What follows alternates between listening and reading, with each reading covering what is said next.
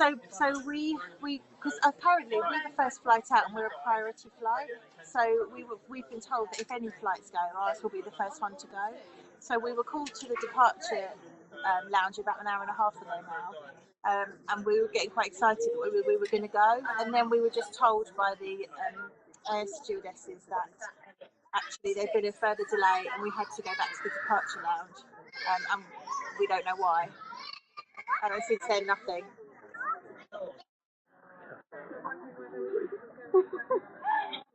I'm sorry, they've been absolutely amazing. Like, all of the kids have been brilliant. But obviously, getting to a point where they're going to start getting fed up. But they just want to go. They just want to get there and see Santa. So we're just sort of sitting and waiting because there's no alternative.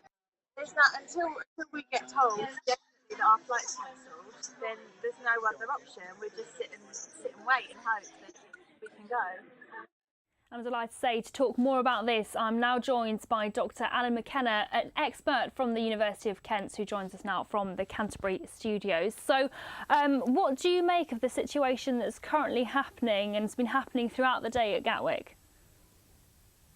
I don't think it's a major surprise because there was an incident in July 2017 on a much smaller scale at Gatwick, which led to chaos for several hours.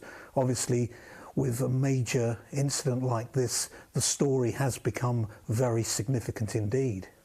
And what about the legal side of this? Is there anything that legally can be done to prevent this as we move forward? We already have the laws in place. If the perpetrators of this incident can be found, they could potentially face 5 years imprisonment. And is there anything that can be done to prevent these types of incidents happening in the future?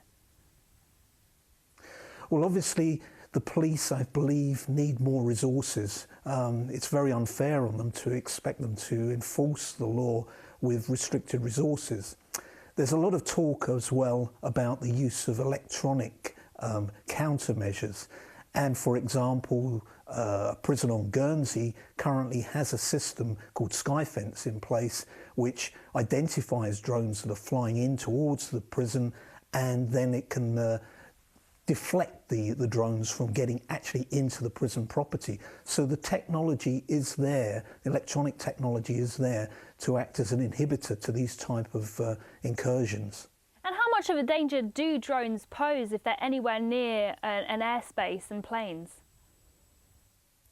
This is a very controversial issue because we simply don't know. There has been research carried out in terms of crashing drones in a test environment into aircraft, and the results are relatively inconclusive.